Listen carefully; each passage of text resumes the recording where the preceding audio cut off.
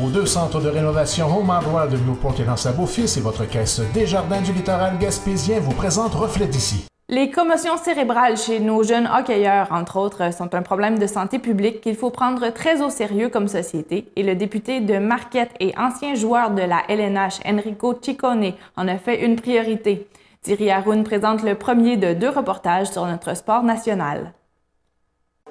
Enrico Ciccone propose l'instauration du Pass Sport, un outil visant à mieux protéger les jeunes qui pratiquent un sport amateur contre les commotions cérébrales.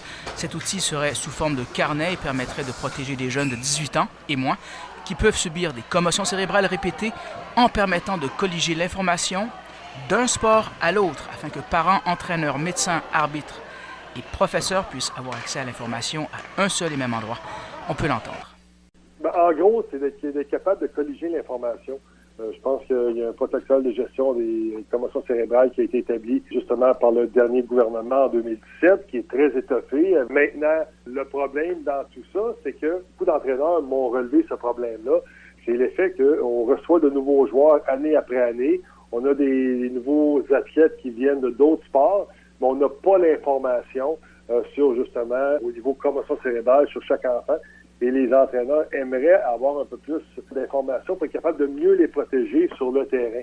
Alors moi, ce que je propose, c'est justement ça, un passeport qui va faire en sorte qu'il va le suivre tout au long de son parcours sportif.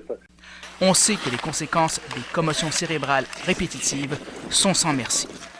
Mes anciens collègues ou même mes anciens adversaires, alors que j'étais dans la Ligue nationale, qui vivent des moments archi-difficiles, vivent de la démence, vivent de l'Alzheimer, parce que justement, n'ont pas été bien protégés pendant leur parcours sportif. Et ça, évidemment, ça commence très jeune. C'est pour ça que vous lancez, disons-le, une sorte de cri d'alarme quand même, parce qu'il en va de la santé publique des jeunes, c'est bien cela? Effectivement, parce que quand on est un personnage public, comme je le suis, comme je l'ai été comme athlète professionnel, pendant tant d'années, et même tous les joueurs, que ce soit les joueurs de la NFL ou de la Ligue nationale, qui ont fait parler énormément d'eux ces dernières années, justement à cause des commotions cérébrales, et on sait que ça va coûter énormément cher à la NFL et la Ligue nationale bientôt. On entend parler de ces gens-là, on entend parler de suicide, on entend parler de personnes qui meurent subitement, les problèmes de colère, les problèmes de démence, on entend ça, mais pour monsieur, madame, tout le monde, pour le petit bout de chou, pour la petite fille qui joue, si on les encadre pas bien, peut-être qu'éventuellement, eux aussi vivront ce genre de malaise-là. Et le sujet demeure encore tabou. Dans certains cas, malheureusement, rappelle l'ancien hockeyeur qui a passé 10 ans dans le circuit Bettman, dont les Canadiens de Montréal.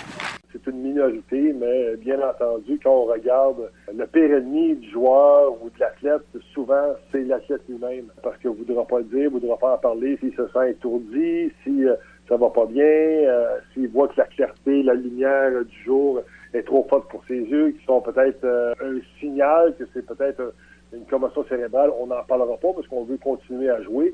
T'as le parent de l'autre côté qui dit, lui, il va cacher les blessures de son enfant parce que lui, il voit son enfant dans la Ligue nationale ou dans la NFL. Et également, tu vois aussi du côté de l'entraîneur, l'effet pervers, c'est que lui, il voit peut-être que ses petits joueurs est sonné, mais il ne dira rien parce que c'est son meilleur joueur. Puis il veut continuer à le mettre sur le terrain ou sur la glace. C'est une minorité, mais il y a encore ce genre de personnages-là qui entourent nos enfants.